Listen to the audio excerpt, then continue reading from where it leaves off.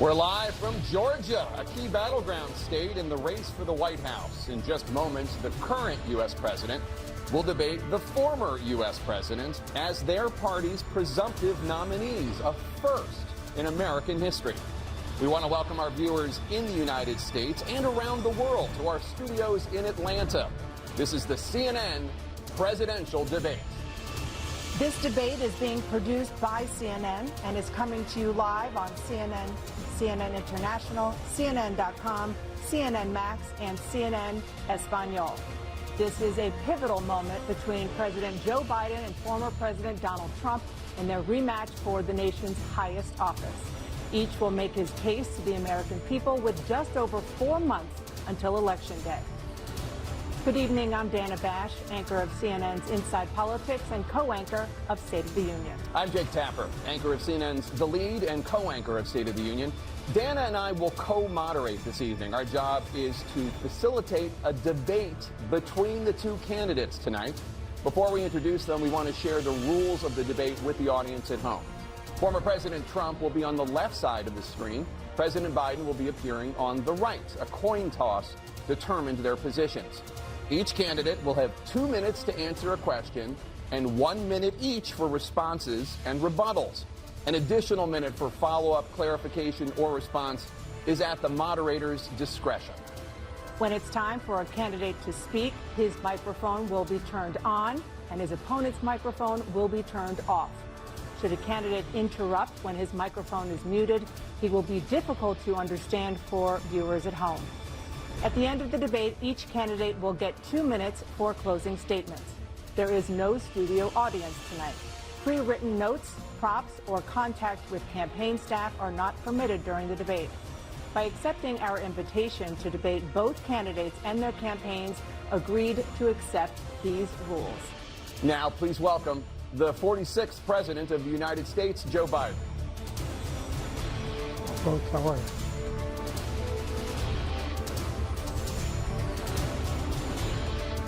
Great to be here. Thank you. And please welcome the 45th President of the United States, Donald Trump.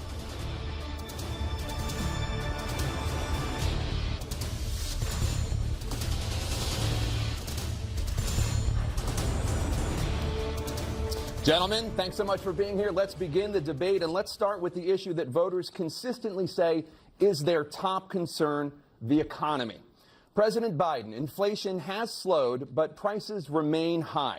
Since you took office, the price of essentials has increased. For example, a basket of groceries that cost $100 then now costs more than $120. And typical home prices have jumped more than 30%. What do you say to voters who feel they are worse off under your presidency than they were under President Trump? We got to take a look at what I was left when I became president, what Mr. Trump left me. We had an economy that was in free fall. The pandemic was so badly handled. Many people were dying. All he said was, it's not that serious. Just inject a little bleach into your arm. You'll be all right. The economy collapsed. There were no jobs. Unemployment rate rose to 15%. It was terrible.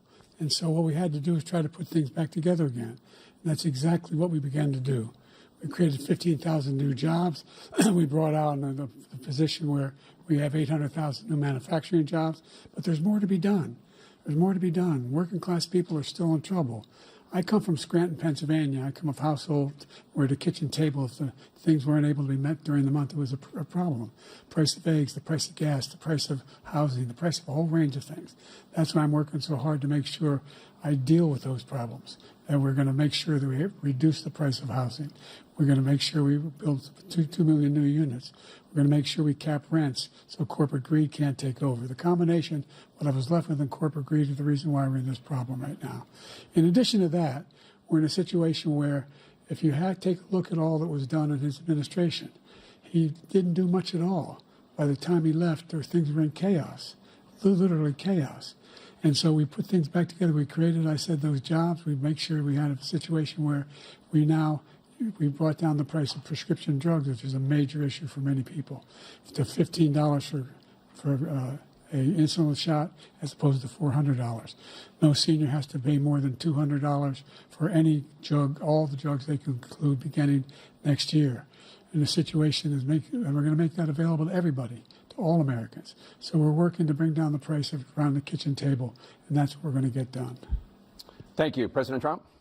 We have the greatest economy in the history of our country. We have never done so well. Everybody was amazed by it. Other countries were copying us. We got hit with COVID, and when we did, we spent the money necessary so we wouldn't end up in a Great Depression, the likes of which we had in 1929. By the time we finished, so we did a great job. We got a lot of credit for the economy, a lot of credit for the military, and no wars, and so many other things. Everything was rocking good. But the thing we never got the credit for, and we should have, is getting us out of that COVID mess. He created mandates that was a disaster for our country. But other than that, we had given them back a country where the stock market actually was higher than pre-COVID, and nobody thought that was even possible. The only jobs he created are for illegal immigrants and bounce-back jobs, a bounce-back from the COVID.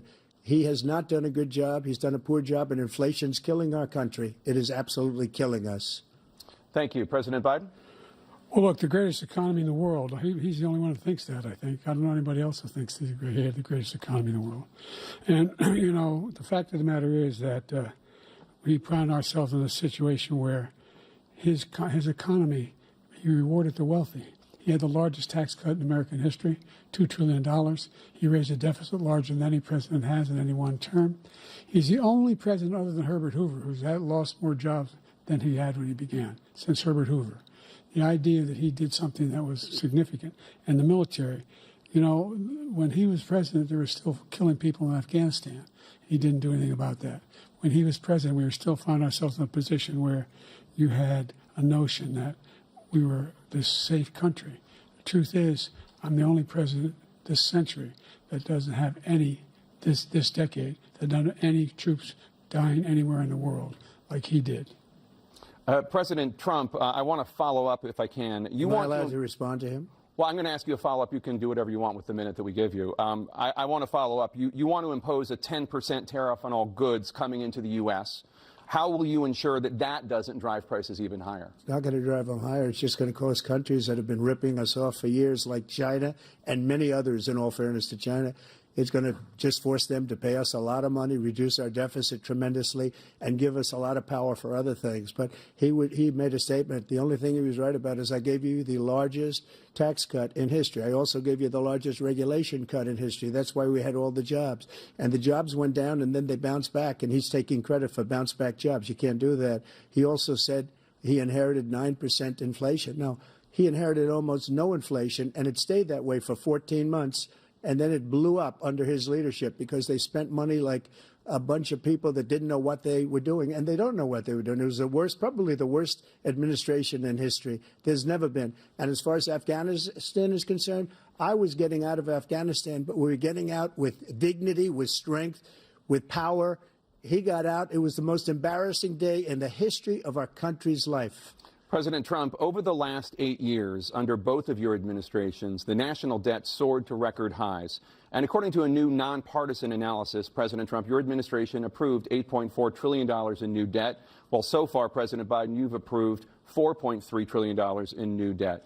So, former President Trump, many of the tax cuts that you signed into law are set to expire next year. You want to extend them and go even further, you say. With the U.S. facing trillion-dollar deficits and record debt, why should top earners and corporations pay even less in taxes than they do now? Because the tax cuts spurred the greatest economy that we've ever seen just prior to COVID. And even after COVID, it was so strong that we were able to get through COVID much better than just about any other country.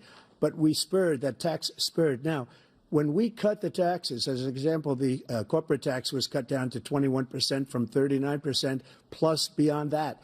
We took in more revenue with much less tax, and companies were bringing back trillions of dollars back into our country. The country was going like never before, and we were ready to start paying down debt. We were ready to start using the liquid gold right under our feet, the oil and gas right under our feet. We were going to have something that nobody else has had. We got hit with COVID. We did a lot to fix it. I gave him an unbelievable situation with all of the therapeutics and all of the things that we came up with. We gave him something great. Remember, more people died under his administration, even though we had largely fixed it. More people died under his administration than our administration, and we were right in the middle of it, something which a lot of people don't like to talk about. But he had far more people dying in his administration. He did the mandate, which is a disaster, mandating it. The vaccine went out. He did a mandate on the vaccine, which is the thing that people most objected to about the vaccine. And he did a very poor job, just a very poor job. And I will tell you, not only poor there, but throughout the entire world, we're no longer respected as a country. They don't respect our leadership. They don't respect the United States anymore. We're like a third world nation between weaponization of his election, trying to go after his political opponent, all of the things he's done. We've become like a third world nation, and it's a shame. The damage he's done to our country. And I'd love to ask him, and will, why he allowed millions of people to come in here from prisons, jails, and mental institutions to come into our country and destroy our country. President Trump, we will get to immigration later in this block. President Biden, I want to give you an opportunity to respond to this question about the national debt. He had the largest national debt of any president in a 4-year period, number one. Number two, that $2 trillion tax cut benefited the very wealthy. What I'm going to do is fix the tax system. For example, we have 1,000 trillionaires in America. Billionaires in America. And what's happening? They're in a situation where they, in fact, pay 8.2% in taxes. If they just paid 24% or 25%, either one of those numbers, they'd raise $500 billion, I should say, in a 10-year period. We'd be able to wipe out his debt. We'd be able to help make sure that all those things we need to do, child care, elder care, making sure that we continue to strengthen our health care system, making sure that we're able to make every single solitary person eligible for what I've been able to do with the with the COVID, with dealing with everything we have to do with. Look, if we finally beat Medicare. Thank you, President Biden. President Trump? Well, he's right. He did beat Medicare. He beat it to death, and he's destroying Medicare because all of these people are coming in. They're putting them on Medicare. They're putting them on Social Security. They're going to destroy Social Security. This man is going to single-handedly destroy Social Security. These millions and millions of people coming in, they're trying to put them on Social Security. He will wipe out Social Security. He will wipe out Medicare. So he was right in the way he finished that sentence. And it's a shame. What's happened to our country in the last 4 years is not to be believed. Foreign countries, I'm friends with a lot of people, they cannot believe what happened to the United States of America. We're no longer respected. They don't like us. We give them everything they want, and they think we're stupid. They think we're very stupid people. What we're doing for other countries, and they do nothing for us. What this man has done is absolutely criminal. Thank you, President Trump. Dana? This is the first presidential election since the Supreme Court overturned Roe v. Wade. This morning, the court ruled on yet another abortion case, temporarily allowing emergency abortions to continue in Idaho, despite that state's restrictive ban. Former President Trump, you take credit for the decision to overturn Roe v. Wade, which returned the issue of abortion to the states. Correct. However, the federal government still plays a role in whether or not women have access to abortion pills. They're used in about 2/3 of all abortions. As president, would you block abortion medication? First of all, the Supreme Court just approved the abortion pill, and I agree with their decision to have done that, and I will not block it. And if you look at this whole question that you're asking, complex but not really complex. 51 years ago, you had Roe v. Wade, and everybody wanted to get it back to the states. Everybody, without exception. Democrats, Republicans, liberals, conservatives. Everybody wanted it back. Religious leaders. And what I did is I put 3 great Supreme Court justices on the court, and they happened to vote in favor of killing Roe v. Wade and moving it back to the states. This is something that everybody wanted.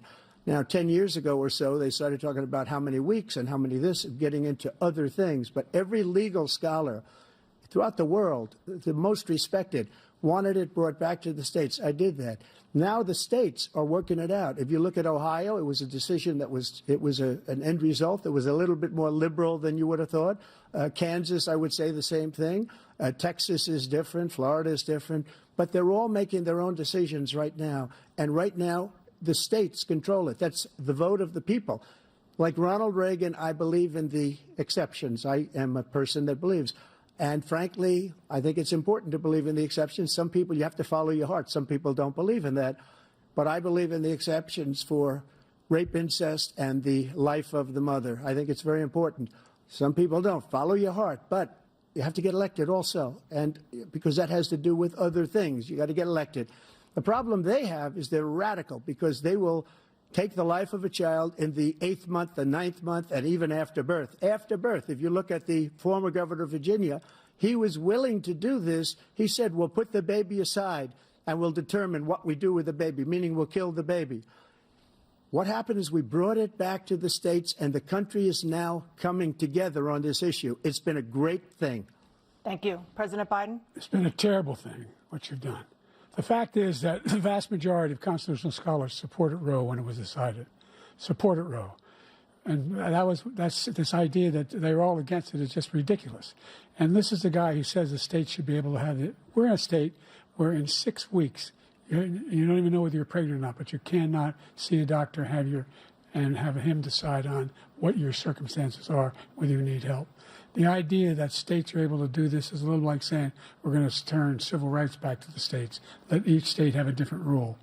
Look, there's so many young women who have been, including a young woman who just was murdered, and he went to the funeral.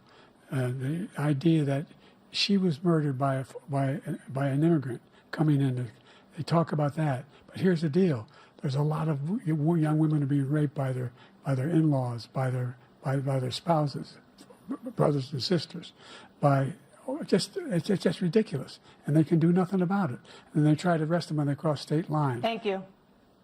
There have been many young women murdered by the same people he allows to come across our border. We have a border that's the most dangerous place anywhere in the world, considered the most dangerous place anywhere in the world. And he opened it up, and these killers are coming into our country, and they are raping and killing women. And it's a terrible thing. As far as the abortion is concerned, it is now back with the states. The states are voting. In many cases, it's frankly a very liberal decision. In many cases, it's the opposite.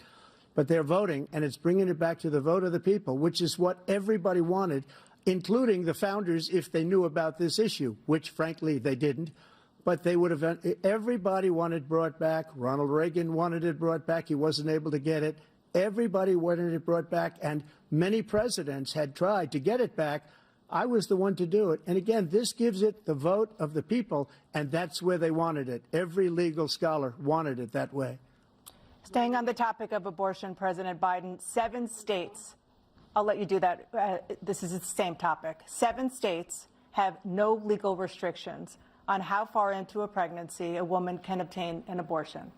Do you support any legal limits on how late a woman should be able to terminate a pregnancy? I supported Roe v. Wade, which had 3 trimesters. The first time is between the woman and the doctor.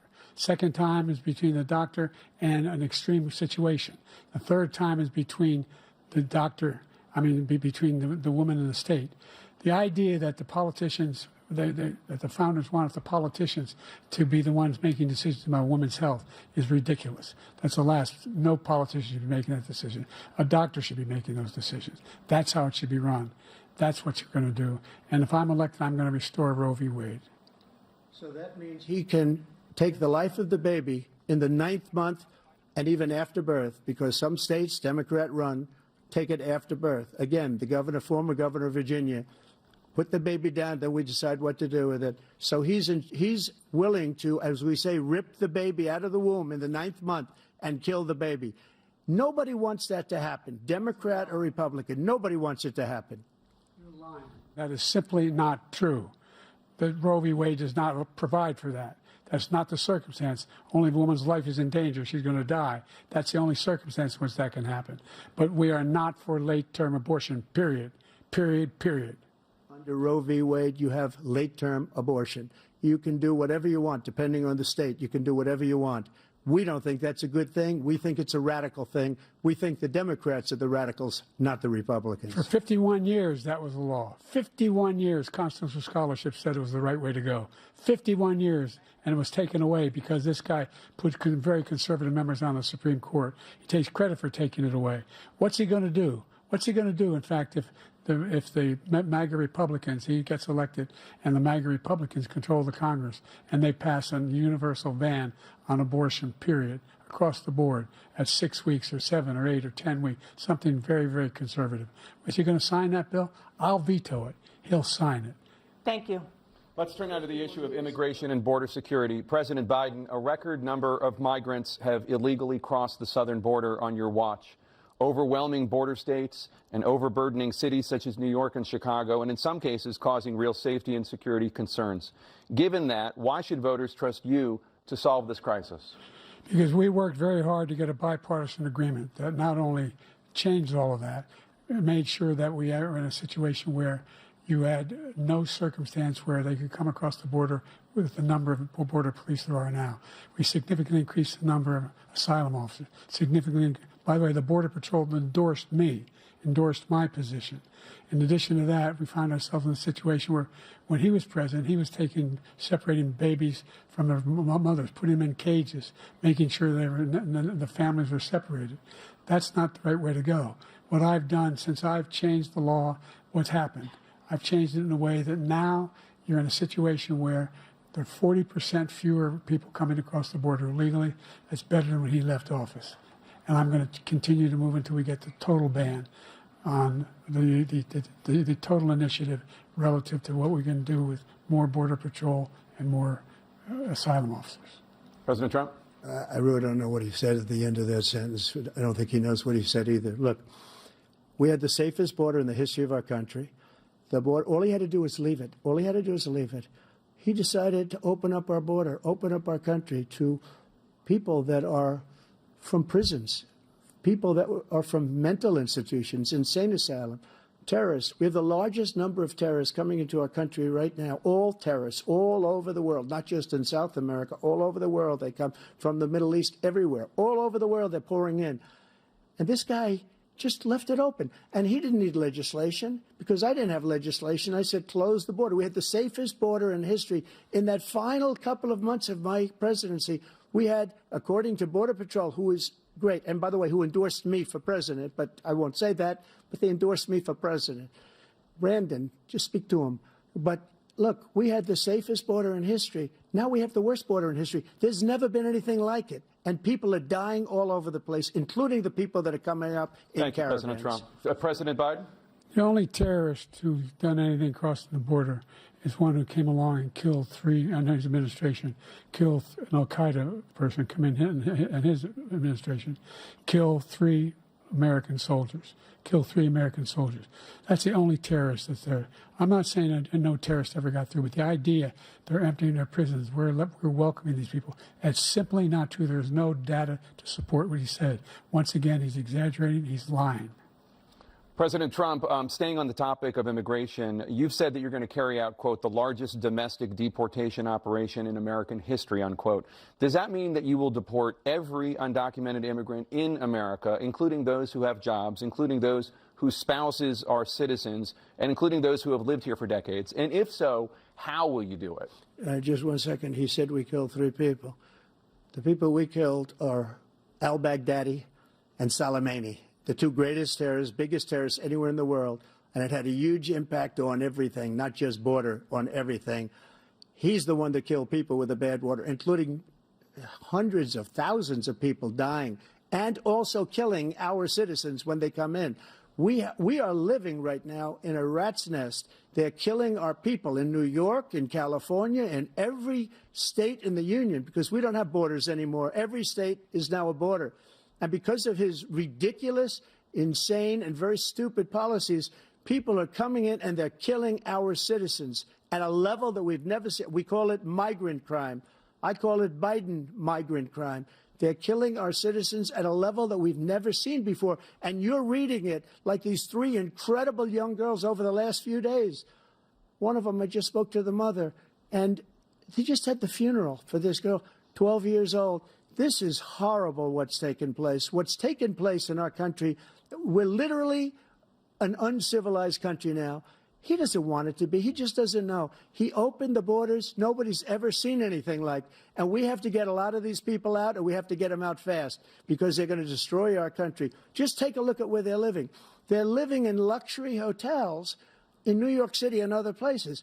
Our veterans are on the street. They're dying because he doesn't care about our veterans. He doesn't care. He doesn't like the military at all, and he doesn't care about our veterans. Nobody been worse.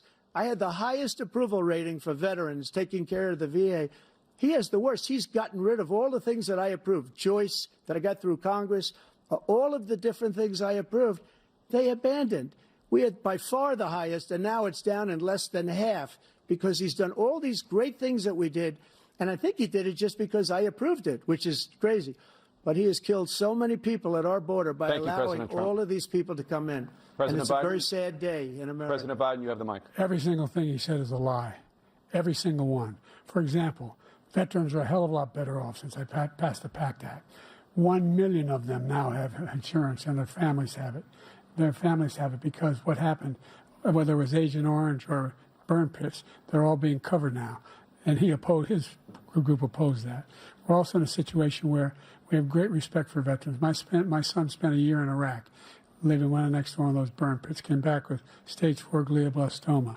I was recently in France for D-Day, and I spoke all about those heroes that died. I went to the World War I cemetery he refused to go to. He was standing with his 4-star general, and he told me, he said, I don't want to go in there because they're a bunch of losers and suckers. My son was not a loser, was not a sucker. You're the sucker. You're the loser. President Trump? First of all, that was a made-up quote, suckers and losers. They made it up. It was in a third-rate magazine that's failing, like many of these magazines. He made that up. He put it in commercials. We've notified him. We had 19 people that said I didn't say it. And think of this. Who would say I'm at a cemetery or I'm talking about our veterans? Because nobody's taken better care. I'm so glad this came up, and he brought it up. There's nobody that's taken better care of our soldiers than I have. To think that I would, in front of generals and others, say suckers and losers. We have 19 people that said it was never said by me. It was made up by him, just like Russia was made up, just like the 51 intelligence agents are made up, just like the new thing with the 16 economists are talking. It's the same thing. 51 intelligence agents said that the laptop was Russia disinformation. It wasn't. That came from his son, Hunter. It wasn't Russia disinformation. He made up the suckers and losers, so he should apologize to me right now. 4-star general standing to your side who was on your staff who said you said it, period. That's number one. And number two, the idea that I have to apologize to you for anything along the line. We've done more for veterans than any president has in American history. And they now are in their family. The only sacred obligation we have as a country is to care for our veterans when they come home and their families and equip them when they go to war. That's what we're doing. That's what the VA is doing now. They're doing more for veterans than ever before in our history. All right. Thank you so much. Let's move to the topic of foreign policy. I want to begin with Russia's war against Ukraine, which is now in its 3rd year. Former President Trump, Russian President Vladimir Putin says he'll only end this war if Russia keeps the Ukrainian territory it has already claimed and Ukraine abandons its bid to join NATO. Are Putin's terms acceptable to you? First of all, our veterans and our soldiers can't stand this guy. They can't stand him. They think he's the worst commander-in-chief, if that's what you call him, that we've ever had. They can't stand him. So let's get that straight. And they like me more than just about any of them. And that's based on every single bit of information. As far as Russia and Ukraine, if we had a real president, the president that knew, that was respected by Putin, he would have never invaded Ukraine. A lot of people are dead right now, much more than people know. You know, they talk about numbers. You can double those numbers, maybe triple those numbers. He did nothing to stop it. In fact, I think he encouraged Russia from going in. I'll tell you what happened. He was so bad with Afghanistan. It was such a horrible embarrassment, most embarrassing moment in the history of our country, that when Putin watched that and he saw the incompetence, that he should have fired those generals, like I fired the one that you mentioned, and so he's got no love lost. But he should have fired those generals. No general got fired for the most embarrassing moment in the history of our country, Afghanistan, where we left billions of dollars of equipment behind. We lost 13 beautiful soldiers, and 38 soldiers were obliterated. And by the way, we left people behind, too. We left American citizens behind. When Putin saw that, he said, you know what? I think we're going to go in and maybe take this was his dream. I talked to him about it, his dream. The difference is he never would have invaded Ukraine, never. Just like Israel would have never been invaded in a million years by Hamas. You know why? Because Iran was broke with me. I wouldn't let anybody do business with them. They ran out of money. They were broke. They had no money for Hamas. They had no money for anything, no money for terror. That's why you had no terror at all during my administration. This place, the whole world is blowing up under him. President Biden? I've never heard so much malarkey in my whole life. Look, the fact of the matter is that we're in a situation where, let's take the last point first. Iran attacked American troops, caused brain damage for a number of these troops, and he did nothing about it. Recently, not when he was president. They attacked. He said they're just having headaches. That's all it is. He didn't do a thing when the attack took place, number one. Number two, we got over 100,000 Americans and others out of Afghanistan during that airlift. Number three, we found ourselves in a situation where, if you take a look at what Trump did in Ukraine, this guy told Trump, do whatever you want, and do whatever you want. And that's exactly what Trump did to Putin, encourage him, do whatever you want. And he went in. And listen to what he said when he went in. He was going to take Kyiv in 5 days, remember? Because it's part of the old Soviet Union. That's what he wanted to reestablish, Kyiv. And he, in fact, didn't do it at all. He wasn't able to get it done. And they've lost thousands and thousands of troops, 500,000 troops. President Trump, I never come back said to you that. for 1 minute. I just want to go back to my original question, which is, are Putin's terms acceptable to you? Keeping the territory in Ukraine? Acceptable. No, they're not acceptable. But look, this is a war that never should have started. If we had a leader in this war, he led everybody along. He's given $200 billion now or more to Ukraine. He's given $200 billion. That's a lot of money. I don't think there's ever been anything like it. Every time that Zelensky comes to this country, he walks away with $60 billion. He's the greatest salesman ever. And I'm not knocking him. I'm not knocking anything. I'm only saying the money that we're spending on this war, and we shouldn't be spending, it should have never happened. I will have that war settled between Putin and Zelensky as president-elect before I take office on January 20th. I'll have that war settled. People being killed so needlessly, so stupidly, and I will get it settled, and I'll get it settled fast before I take office. President Biden, you have a minute. The fact is that Putin is a war criminal. He's killed thousands and thousands of people. And he has made one thing clear. He wants to reestablish what was part of the Soviet Empire, not just a piece. He wants all of Ukraine. That's what he wants. And then do you think he'll stop there? Do you think he'll stop when if he takes Ukraine? What do you think happens to Poland? What do you think of Belarus? What do you think happens to those NATO countries? And so if you want a war, you ought to find out what he's going to do, because if in fact he does what he says and walks away, and by the way, all that money we give Ukraine are from weapons we make here in the United States. We give them the weapons, not the money at this point. And our NATO allies have produced as much funding for Ukraine as we have. That's why we're strong. Thank you. Moving on to the Middle East. In October, Hamas attacked Israel, killing more than 1,000 people and taking hundreds of hostages. Among those held and thought to still be alive are 5 Americans. Israel's response has killed thousands of Palestinians and created a humanitarian crisis in Gaza. President Biden, you've put forward a proposal to resolve this conflict, but so far Hamas has not released the remaining hostages, and Israel is continuing its military offensive in Gaza. So what additional leverage will you use to get Hamas and Israel to end the war? You have 2 minutes. Number one, everyone from the United Nations Security Council straight through to the G7 to the Israelis and Netanyahu himself have endorsed the plan I put forward, which has 3 stages to it. The first stage is trade the hostages for a ceasefire. Second phase is a ceasefire with additional conditions. The third phase is the end of the war. The only one who wants the war to continue is Hamas, number one. They're the only ones standing out. We're still pushing hard to get them to accept. In the meantime, what's happened? In Israel, we're finding that the only thing I've denied Israel was 2,000-pound bombs. They don't work very well in populated areas. They kill a lot of innocent people. We're providing Israel with all the weapons they need and when they need them. And by the way, I'm the guy that organized the world against Iran when they had a full-blown intercontinental ballistic missile attack on Israel. No one was hurt. No one Israeli was accidentally killed, and it just stopped. We saved Israel. We are the biggest producer of support for Israel of anyone in the world. And so there are two different things. Hamas cannot be allowed to be continued. We continue to send our experts and our intelligence people as to how they can get Hamas like we did bin Laden. You don't have to do it. And by the way, they've been greatly weakened, Hamas, greatly weakened, and they should be. They should be eliminated. But you've got to be careful for using certain weapons among population centers. Just going back to Ukraine for 1 second. We have an ocean separating us. The European nations together have spent $100 billion, or maybe more than that, less than us.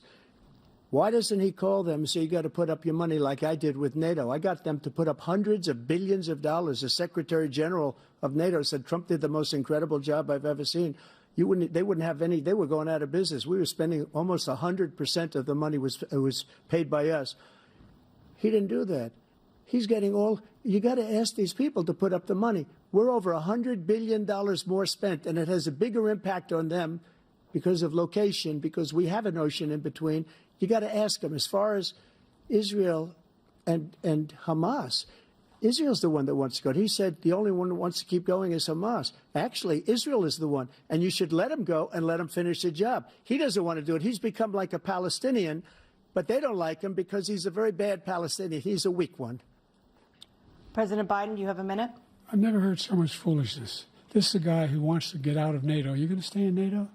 He's going to pull out of NATO. The idea that we have our strength lies in our alliances as well. It may be a big ocean, but we're ever able to avoid a war in Europe, a major war in Europe? What happens if, in fact, you have Putin continue to go into NATO? We have an Article 5 agreement. Attack on one is attack on all. You want to start the nuclear war he keeps talking about, go ahead. Let Putin go in and control Ukraine and then move on to Poland and other places. See what happens then. He has no idea what the hell he's talking about. And by the way, I got 50 other nations around the world to support Ukraine, including Japan and South Korea, because they understand that this kind of dislocation has a serious threat to the whole world peace. No major war in Europe has ever been able to be contained just to Europe. President Trump, just to follow up, would you support the creation of an independent Palestinian state in order to achieve peace in the region? I'd have to see, but before we do that, the problem we have is that we spend all the money.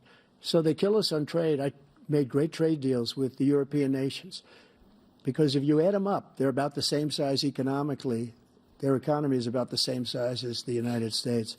And they were no cars, they don't want anything that we have, but we're supposed to take their cars, their food, their everything, their agriculture.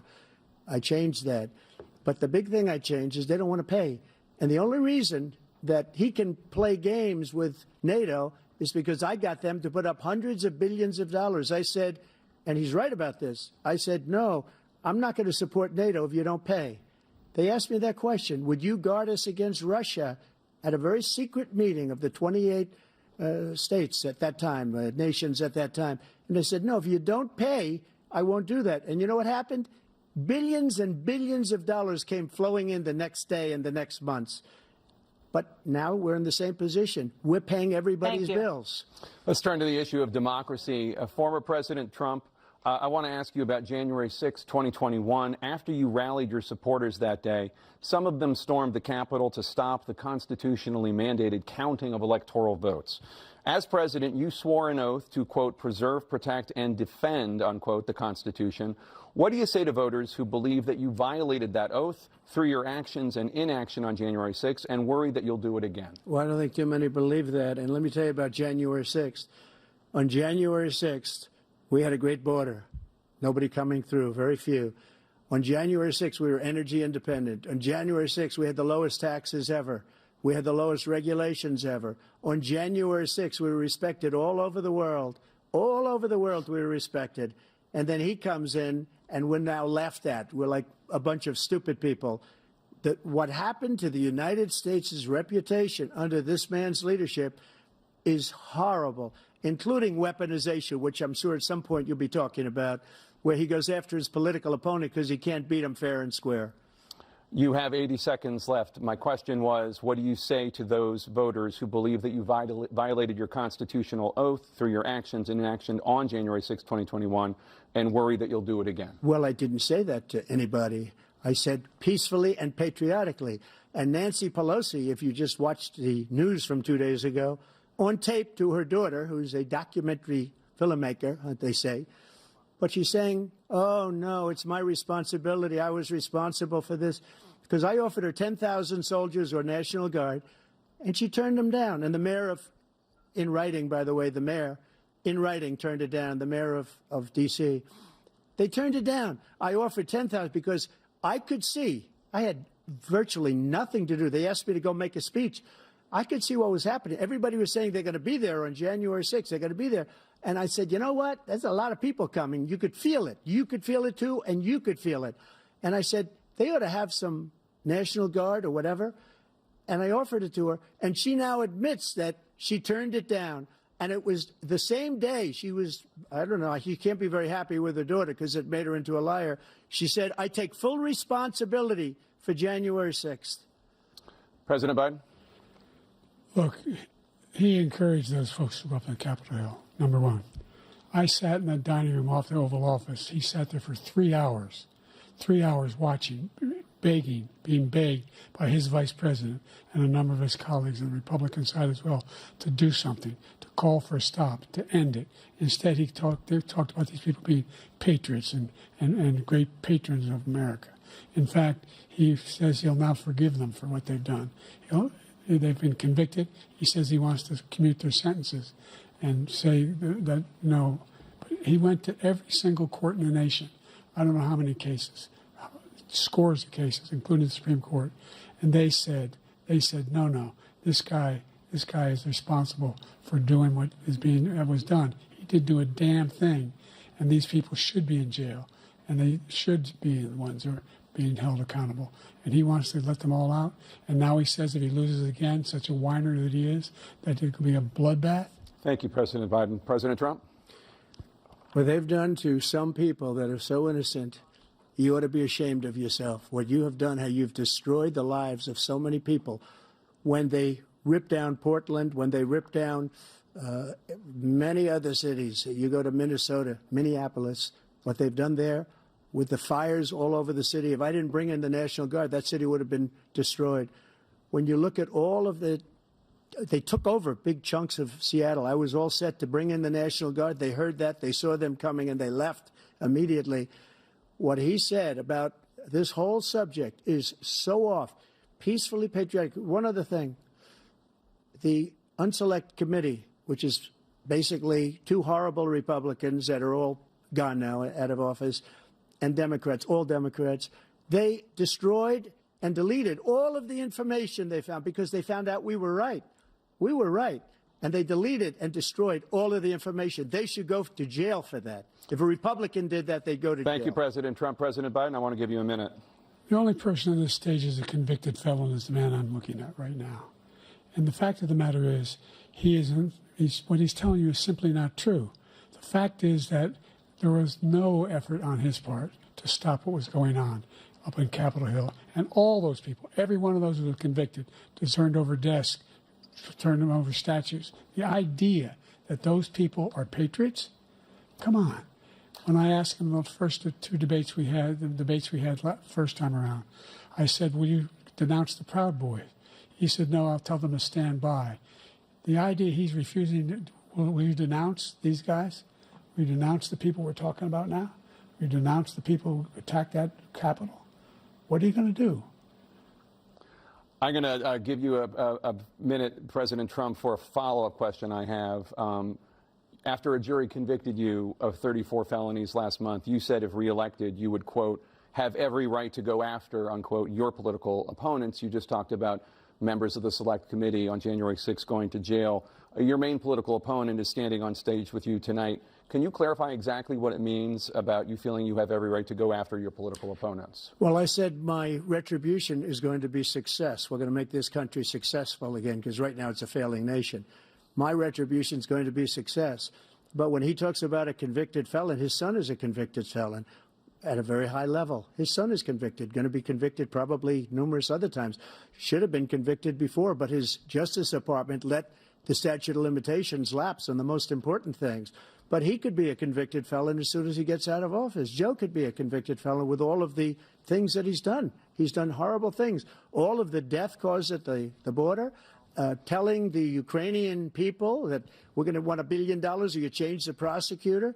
Otherwise, you're not getting $1 billion. If I ever said that, that's quid pro quo.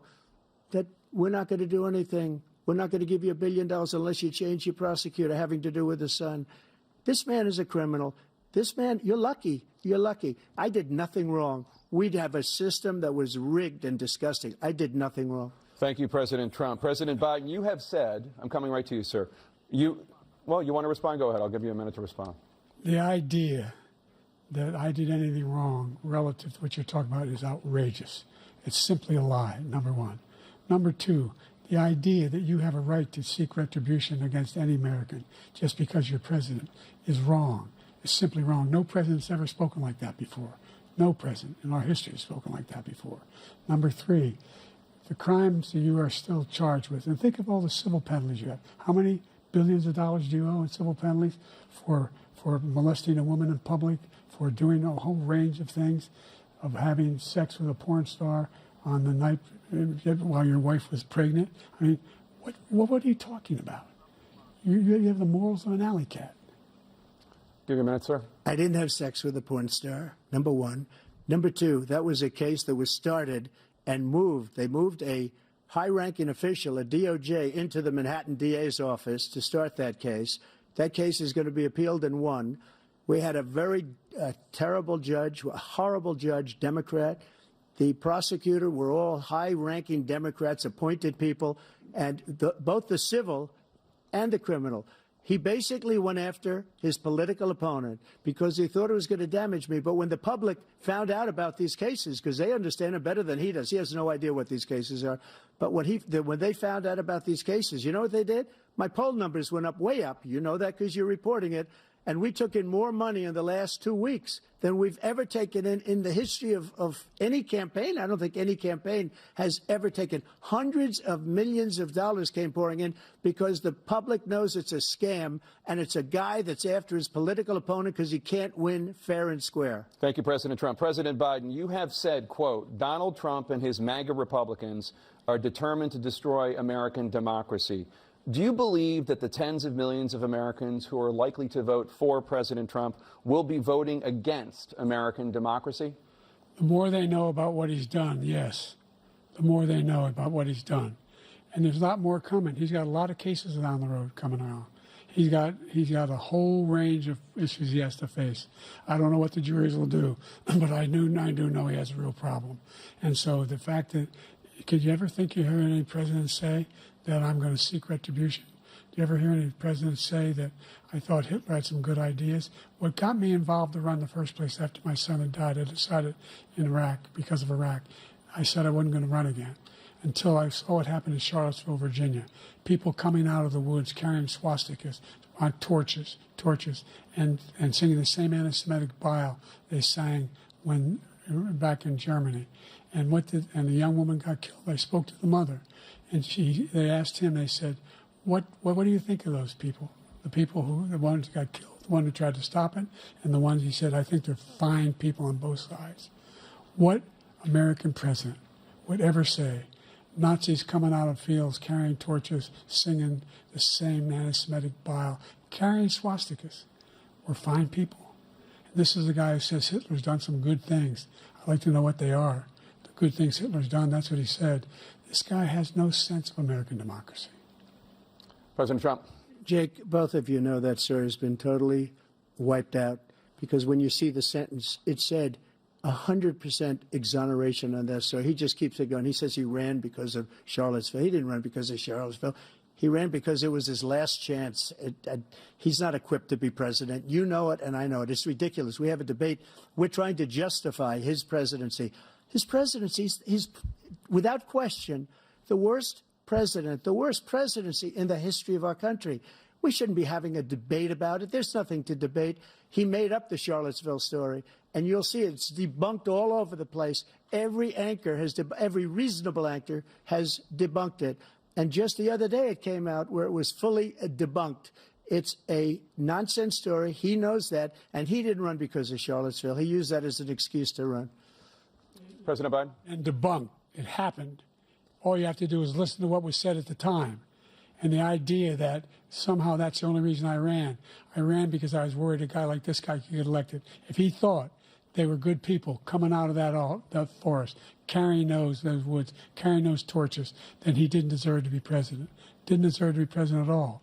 And the idea that he's talking about all this being fabricated, we saw with our own eyes. We saw what happened on January 6th.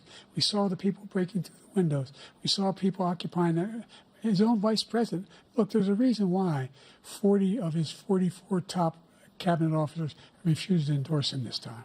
His vice president hasn't endorsed him this time. So why? Why? They know him well. They serve with him. Why are they not endorsing him? Thank you, President Biden. We're going to be right back with more from the CNN presidential debate.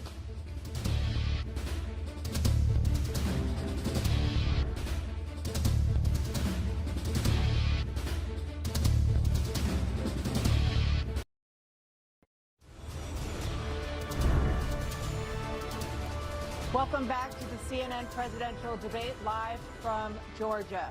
Let's talk about persistent challenges you both faced in your first terms and you'd certainly face again in a second term. President Biden, while black unemployment dropped to a record low under your presidency, black families still earn far less than white families. Black mothers are still 3 times more likely to die from pregnancy-related causes, and black Americans are imprisoned at 5 times the rate of white Americans. What do you say to black voters who are disappointed that you haven't made more progress? They acknowledge they made a lot of progress, number one. The fact of the matter is there's more small black businesses that have been started than any time in history. Number two, the wages of black unemployment is the lowest level it's been in a long, long time.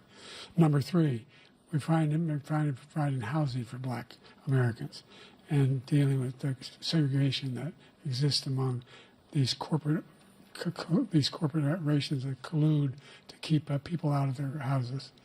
And in addition to that, we find that the impact on the choice that black families have to make relative to child care is incredibly difficult. When we did the first major piece of legislation in the past, I was able to reduce black child care costs. I cut them in half. We got to make sure we provide for child care costs.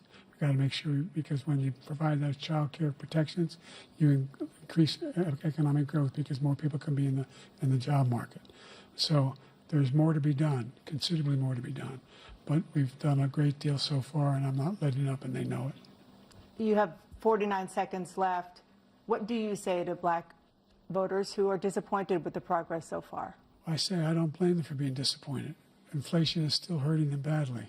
For example, I provided for the idea that any black family, first-time home buyer, should get a $10,000 tax credit to be able to buy their first home so they can get started. I made sure that we're in a situation where all those black families and those black individuals who provided had to take out student loans that were ballooning, that if they were engaged in nursing, doctor, and anything having to do with volunteerism, if they paid their bills for 10 years on their student debt, all the rest was forgiven after 10 years. Millions have benefited from that. And we're going to do a whole lot more for black families. Thank you, President Trump.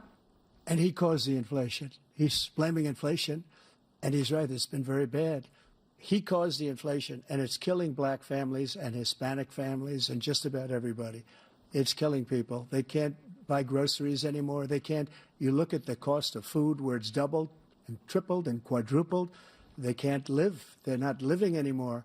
He caused this inflation. I gave him a country with essentially no inflation. It was perfect. It was so good. All he had to do is leave it alone. He destroyed it with his Green New scam and all this money that's being thrown out the window. He caused inflation. As sure as you're sitting there, the fact is that his big kill on the black people is the millions of people that he's allowed to come in through the border. They're taking black jobs now, and it could be 18, it could be 19, and even 20 million people. They're taking black jobs, and they're taking Hispanic jobs, and you haven't seen it yet, but you're going to see something that's going to be the worst in our history. Thank you. President Biden? There was no inflation when I became president. You know why? The economy was flat on its back. 15% unemployment. He decimated the economy, absolutely decimated the economy. That's why there was no inflation at the time. There were no jobs. We provided thousands of millions of jobs for individuals who are in all communities, including minority communities. We made sure that they have health insurance. We have covered, the ACA has increased. I made sure that there are $8,000 per person in a family to get written off for health care. But this guy wants to eliminate that. They tried 50 times. He wants to get rid of the ACA again, and they're going to try again if they win. You find ourselves in a position where the idea that we're not doing any, we put more police on the street than any administration has. He wants to cut the cops. We're providing for equity and making sure people have a shot to make it. There's a lot going on, but in inflation, he caused it by his tremendous malfeasance in the way he handled the pandemic. Thank you. Another persistent challenge is the climate crisis. 2023 was the hottest year in recorded history, and communities across the country are confronting the devastating effects of extreme heat, intensifying wildfires, stronger hurricanes, and rising sea levels. Former President Trump, you've vowed to end your opponent's climate initiatives, but will you take any action as president to slow the climate crisis? Well, let me just go back to what he said about the police, how close the police are to him.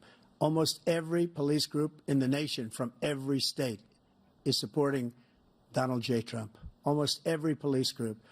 And what he's done to the black population is horrible, including the fact that for 10 years he called them super predators. We can't, in the 1990s, we can't forget that. Super predators was his name, and he called it to them for 10, and they've taken great offense at it, and now they see it happening. But when they see what I did for criminal justice reform and for the historically black colleges and universities, where I funded them and got them all funded, and the opportunity zones with Tim, as you know, Tim Scott was incredible. He did a great job, great senator from South Carolina. He came to me with the idea, and it was a great idea. It's one of the most successful economic development acts ever in the country, opportunity zones.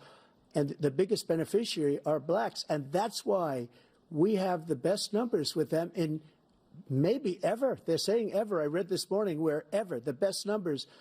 He's lost much of the black population because he's done a horrible job for black people. He's also done a horrible job for Hispanics. But wait till you see these millions of people pouring into our country, and they're going to take the jobs, and it's already started, and you haven't seen anything yet. It's a disaster. You've 38 seconds left. President Trump, will you take any action as president to slow the climate crisis? So I want absolutely immaculate clean water, and I want absolutely clean air, and we had it.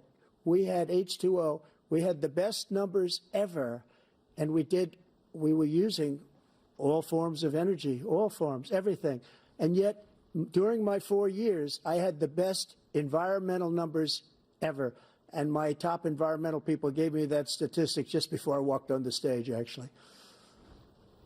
I don't know where the hell he's been. The idea that anything he said is true. I've passed the most extensive climate change legislation in history. We find ourselves, and by the way, black colleges, I came up with $15 billion for HBCUs, historic black universities and colleges, because they don't have those. They don't have the kind of contributors that they have to build these laboratories and the like. Any black student is capable in college of doing any white student can do. They just don't have the money, but now they'll be able to get those jobs in high tech. We're in a situation where the idea that he is claiming to have done something that had the cleanest water. The cleanest water? He hadn't done a damn thing for the environment. He pulled out of the Paris Peace Accord, Climate Accord. I immediately joined it because if we reach 1.5 degrees Celsius at any one point, there's no way back. The only existential threat to humanity is climate change. And he didn't do a damn thing about it. He wants to undo all that I've done. The Paris Accord was going to cost us $1 trillion, and China nothing, and Russia nothing, and India nothing. It was a ripoff of the United States.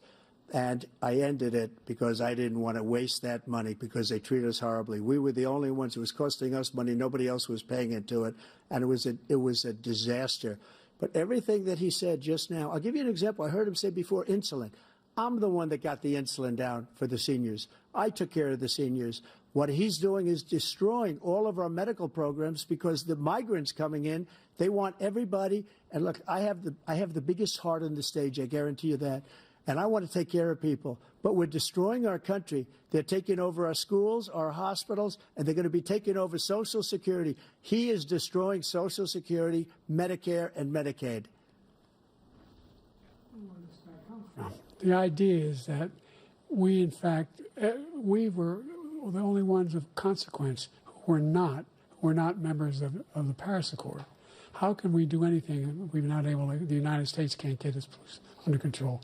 One of the largest polluters in the world, number one. We're making significant progress. By 2035, we will have cut pollution in half. We have made significant progress, and we're continuing to make progress. We set up a climate corps for thousands of young people who will learn how to deal with climate, just like the Peace Corps. And we're moving in directions that are going to significantly change the elements of cause of pollution. But the idea that he claims that he has the biggest heart up here and he's really concerned about pollution and about climate, I've not seen any indication of that. And by the way, with regard to prescription drugs, one company agreed that they would reduce the price to $35, which I was calling for, one, voluntarily. I made sure every company in the world, every pharmaceutical company, cannot have to pay. Thank you. And by the way, so every day, millions of Americans struggle just to make ends meet. For many older Americans, Social Security provides a critical lifeline. President Biden, if nothing is done to Social Security, seniors will see their benefits cut in just over 10 years. Will you name tonight one specific step that you're willing to take to keep Social Security solvent? yes, make the very wealthy begin to pay their fair share. Right now, everybody making under $170,000 pays 6% of their income, of their paycheck, every single time they get a paycheck from the time of the first one they get when they're 18 years old. The idea that they're going to, I'm proposing that everybody, they pay, the millionaires pay 1%.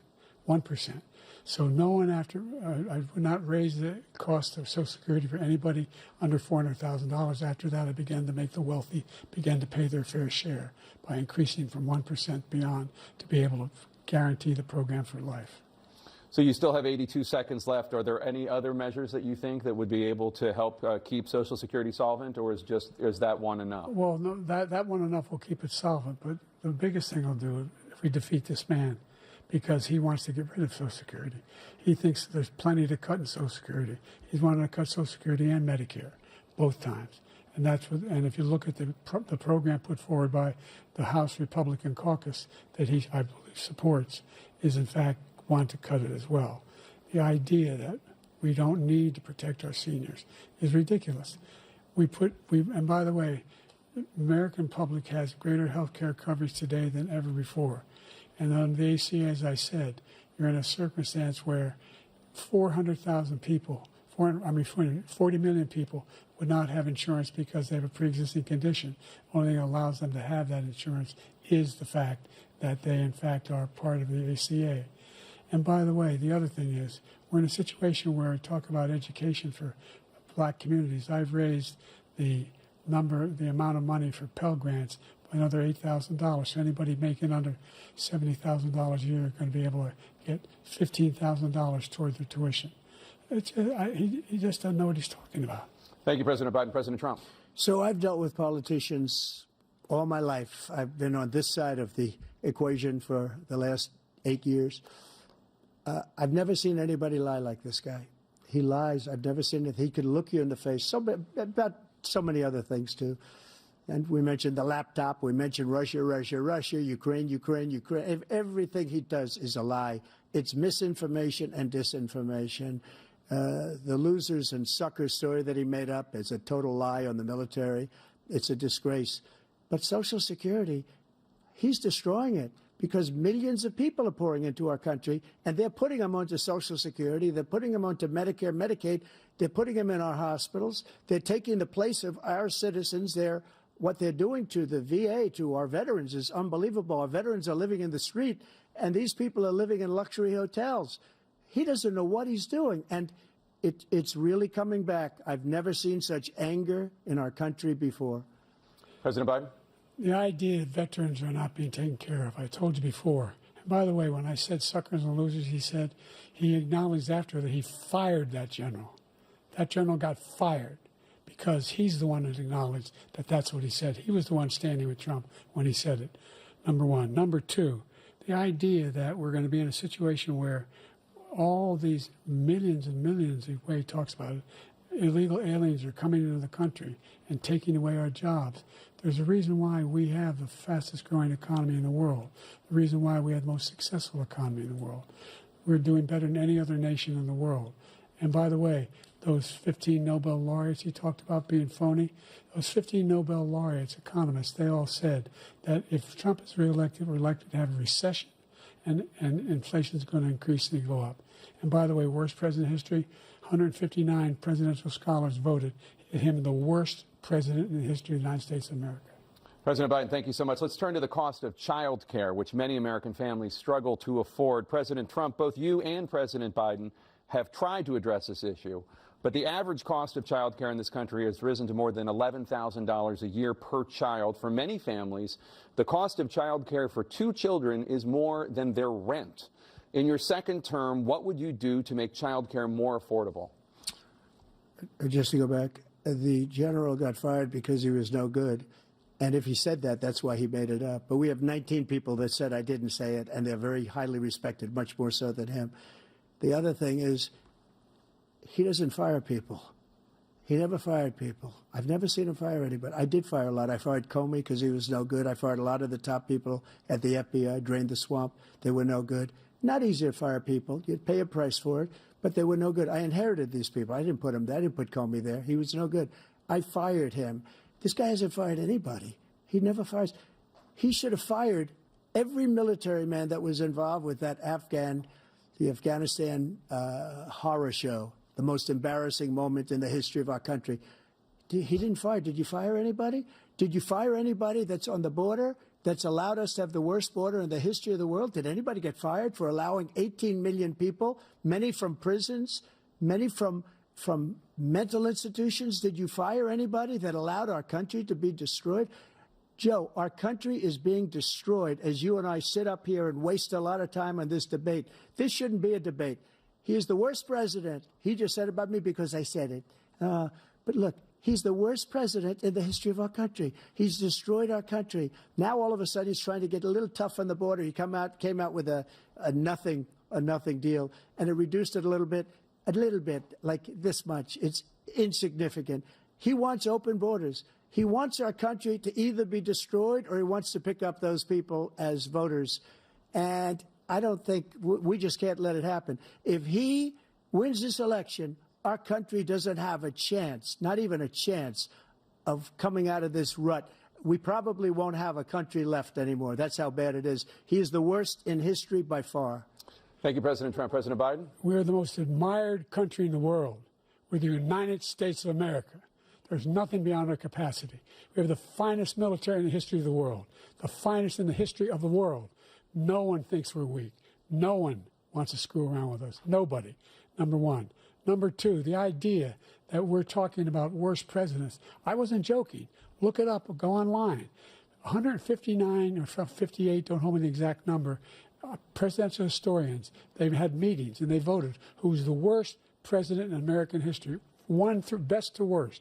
They said he was the worst in all of American history. That's a fact.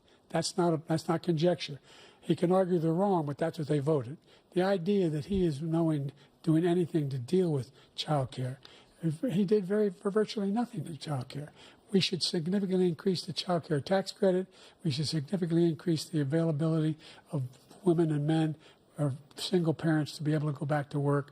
And we should encourage businesses to have. Thank you, President Biden. Facilities. President Trump, the question was about what would you do to make child care more affordable, if you want to take your minute. Just so you understand, we have polling, we have other things that they rate him the worst because what he's done is so bad.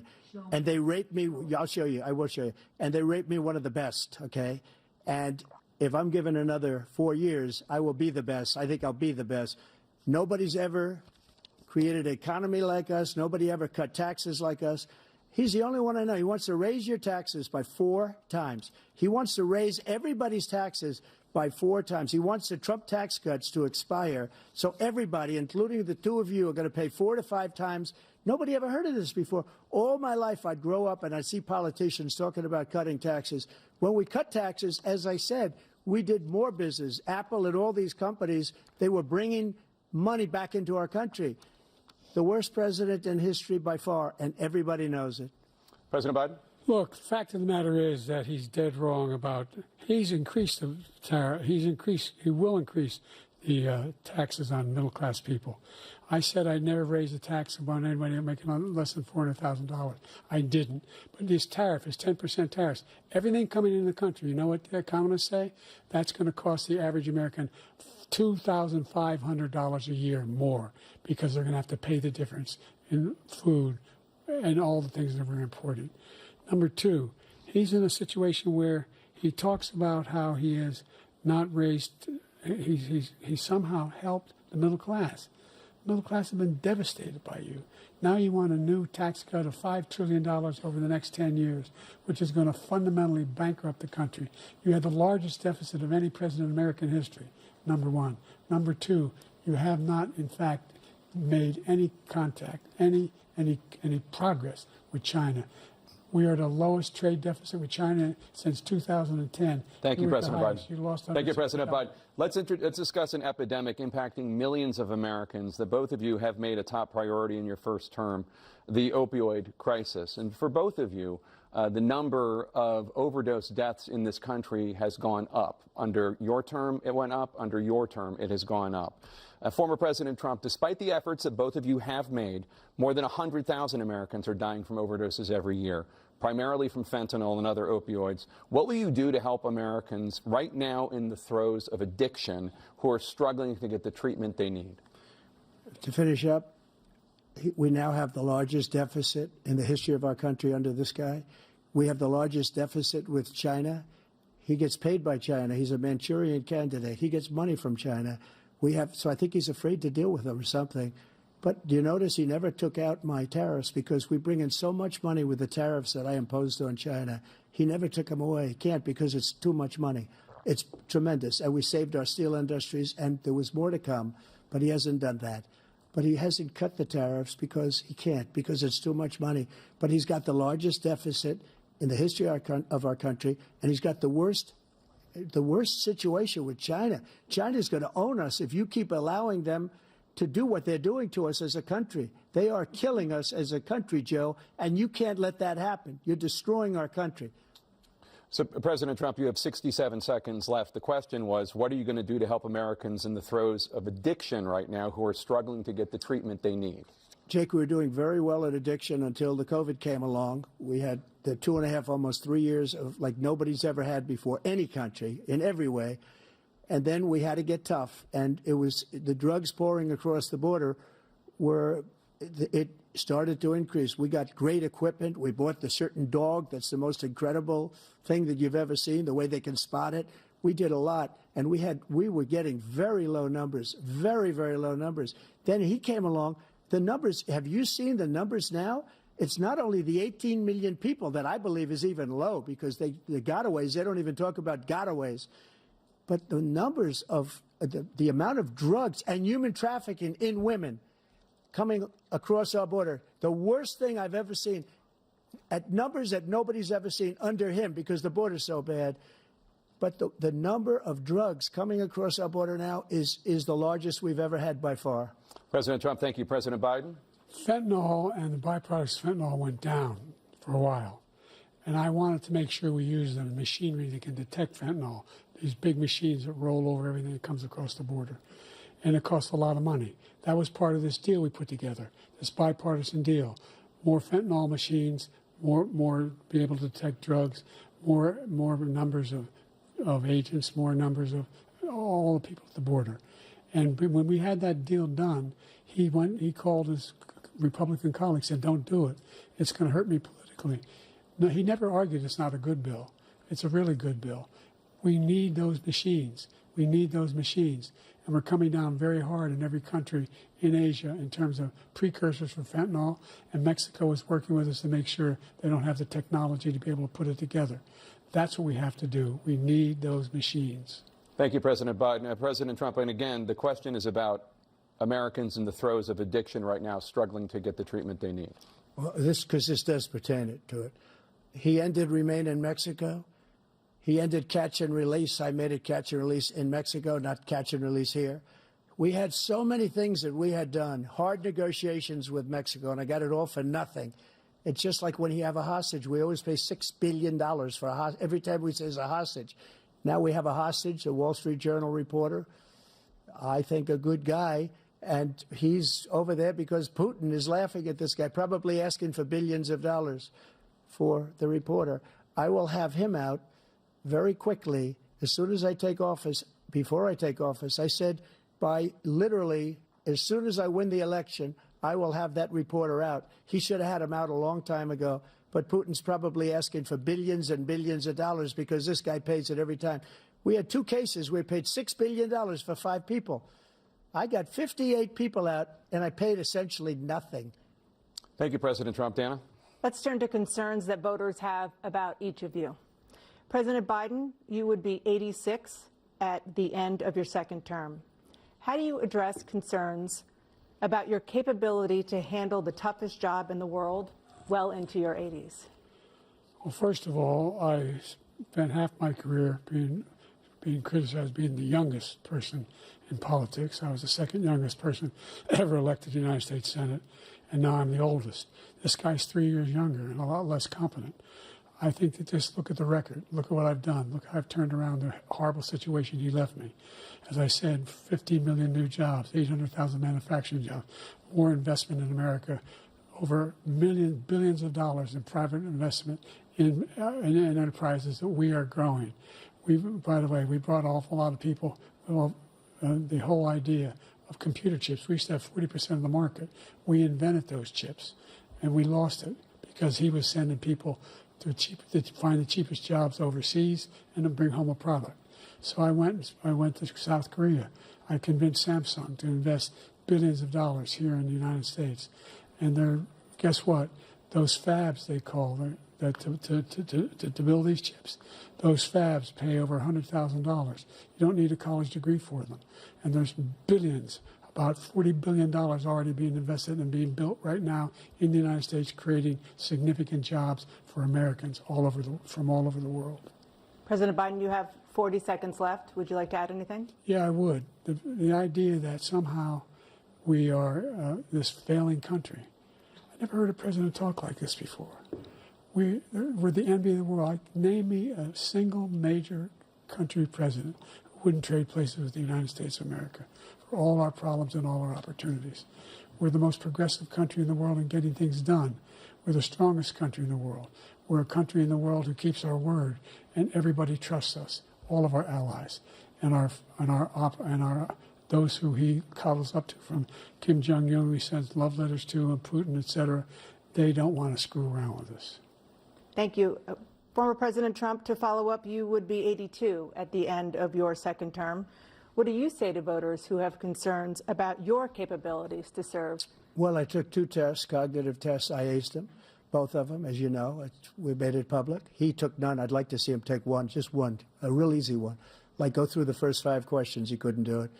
But I took 2 cognitive tests. I took physical exams every year. And, you know, we knock on wood wherever we may have wood, that I'm in very good health. I just won 2 club championships, not even senior, 2 regular club championships. To do that, you have to be quite smart, and you have to be able to hit the ball a long way. And I do it. He doesn't do it. He can't hit a ball 50 yards. He challenged me to a golf match. He can't hit a ball 50 yards. I think I'm in very good shape. I feel that I'm as in good a shape as I was 25, 30 years ago. Actually, I'm probably a little bit lighter, but I'm in as good a shape as I was years ago. I feel very good. I feel the same. But I was willing to take a cognitive test. And you know what? If I didn't do well, I aced him. Dr. Ronnie Jackson, who's a great guy when he was White House doctor. And then I took another one, a similar one. And one of them said they'd never seen anybody ace him. Thank you. President Biden? You can see he is 6'5" and only 223 pounds, or 235 pounds. Never said it was 6'4". Well, you said 6'4", 200. Well, anyway, that's what you're.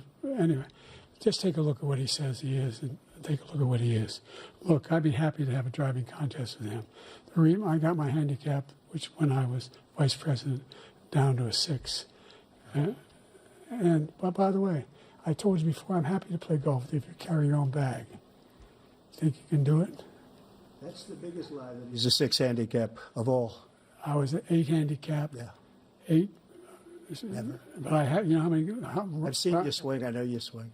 Okay, let's not act like children. President Trump, we're going to 21 turn Let's not act like children. You to are a a child. specific concern that voters have about you. Will you pledge tonight that once all legal challenges have been exhausted, that you will accept the results of this election, regardless of who wins, and you will say right now that political violence in any form is unacceptable? Well, I shouldn't have to say that, but of course I believe that. It's totally unacceptable.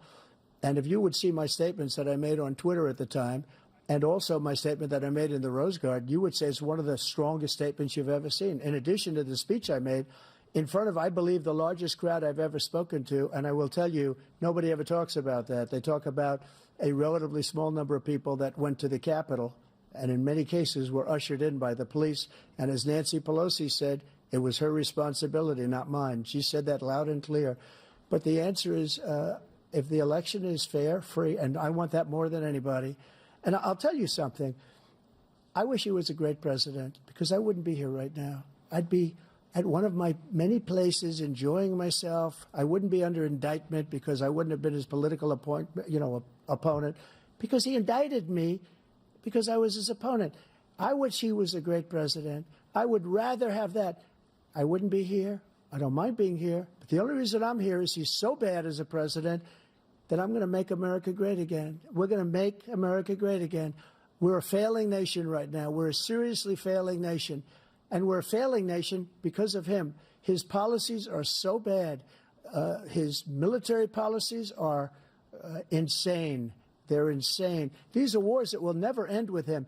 He will drive us into World War III, and we're closer to World War III than anybody can imagine. We are very, very close to World War III, and he's driving us there.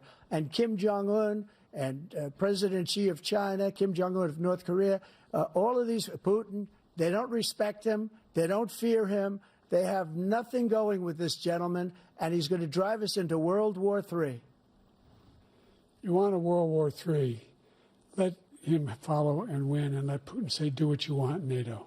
Just do what you want. There's a thing called Article 5.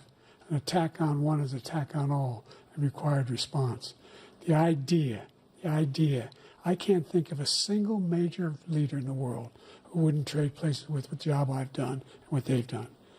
Because we're a powerful nation. We have wonderful people. It's because of the people, not me. It's because of the American people. They're capable of anything, and they step up when they're needed. And right now, we're needed. We're needed to protect the world because our own safety is at stake. And again, you want to have a war, just let Putin go ahead and take Kyiv, make sure they move on, see what happens in Poland, Hungary, and other places along that border. Then you have a war. President Trump, as I come back to you for a follow-up, the question was, will you accept the results of this election, regardless of who wins? Just to finish what he said, if I might, Russia, they took a lot of land from Bush. They took a lot of land from Obama and Biden. They took no land, nothing from Trump, nothing. He knew not to do it. You're not going to play games with me. He knew that. I got along with him very well, but he knew not to play games. He took nothing from me. But now he's going to take the whole thing from this man right here. That's a war that should have never started. It would have never started ever with me. And he's going to take Ukraine. And, you know, you asked me a question before, would you do this with? He's got us in such a bad position right now with Ukraine and Russia, because Ukraine's not winning that war. He said, I will never settle until such time. They're running out of people. They're running out of soldiers. They've lost so many people. It's so sad. They've lost so many people, and they've lost those gorgeous cities with the golden domes that are 1,000 years old, all because of him and stupid decisions. Russia would have never attacked if I were President president. Trump, the question was, will you accept the results of the election, regardless of who wins? Yes or no, please. If it's a fair and legal and good election, absolutely. I would have much rather accepted these, but the fraud and everything else was ridiculous. And if you want, we'll have a news conference on it in a week, or we'll have another one of these in a week. But I will absolutely, there's nothing I'd rather do. It would be much easier for me to do that than I'm running again. I wasn't really going to run until I saw the horrible job he did. He's destroying our country. I would be very happy to be someplace else, in a nice location someplace. And again, no indictments, no political opponent stuff, because it's the only way he thinks he can win. But unfortunately, it's driven up my numbers and driven them up to a very high level because the people understand it. Well, let's see what your numbers are when this election is over. Let's see. You're a whiner. When you lost the first time, you continued, you appealed and appealed to courts all across the country. Not one single court in America said any of your claims had any merit, state or local, none. But you continue to provoke this lie about somehow there's all this misrepresentation, all this stealing. There is no evidence of that at all. And I tell you what, I doubt whether you'll accept it because you're such a whiner. The idea, if you lose again, you accepting anything, you can't stand the loss. Something snapped in you when you lost the last time.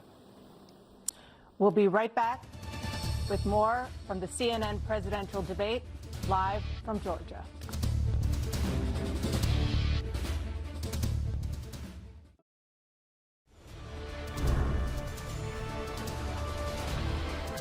It is now time for the candidates to deliver their closing statements as predetermined by a coin toss. We're going to begin with you, President Biden. You have 2 minutes.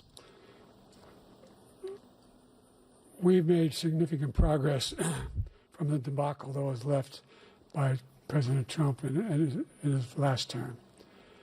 We find ourselves in a situation where, number one, we have to make sure that we have a fair tax system. I ask anyone out there in the audience or anyone out watching this debate, do you think the tax system is fair? The fact is that I said nobody even making under $400,000 had a single penny increase in their taxes and will not. And if I'm reelected, that'll be the case again. But this guy has increased your taxes because of the deficit, number one. He's increased inflation because of the debacle he left after the way he handled the pandemic. And he finds himself in a position where he now wants to tax you more by putting a 10% tariff on everything that comes into the United States of America. What I did, when, for example, he wants to get rid of the ability of Medicare for us to be able to negotiate drug prices with the big pharma companies. Well, guess what? We got it down to $35 for insulin instead of $400. No more than $2,000 for every senior, no matter how much prescription they need. You know what that did? That reduced the federal debt by $160 billion over 10 years because the government doesn't have to pay the exorbitant prices. I'm going to make that available to every senior all along, where it's happening now, and everybody in America. He wants to get rid of that. I'm going to make sure that we have child care. We're going to significantly increase the credit people have for child care. I'm going to make sure we do something about what we're doing on lead pipes and all the things that are causing health problems for people across the country. We're going to continue to fight to bring down inflation and give people a break. Thank you, President Biden. President Trump, you now have 2 minutes for your closing statement. Like so many politicians, this man is just a complainer. He said, we want to do this, we want to do that, we want to get rid of this tax, that tax. But he doesn't do anything. He doesn't do, all he does is make our country unsafe by allowing millions and millions of people to pour in. Our military doesn't respect him. We look like fools in Afghanistan. We didn't stop Israel. It was such a horrible thing that would have never happened. It should have never happened. Iran was broke. Anybody that did business with Iran, including China, they couldn't do business with the United States. They all passed. Iran was broke. They had no money for Hamas or Hezbollah, for terror, no money whatsoever. Again, Ukraine should have never happened. He talks about all this stuff, but he didn't do it. For 3.5 years, we're living in hell. We have the Palestinians and we have everybody else rioting all over the place. You talk about Charlottesville. This is 100 times Charlottesville, 1,000 times. The whole country is exploding because of you, because they don't respect you, and they have to respect their president, and they don't respect you throughout the world.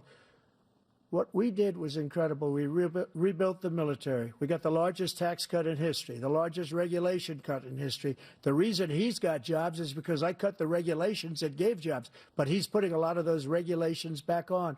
All of the things that we've done, nobody's never seen anything like. Even from a medical standpoint, right to try, where we can try space-age materials instead of going to Asia or going to Europe and trying to get when you're terminally ill.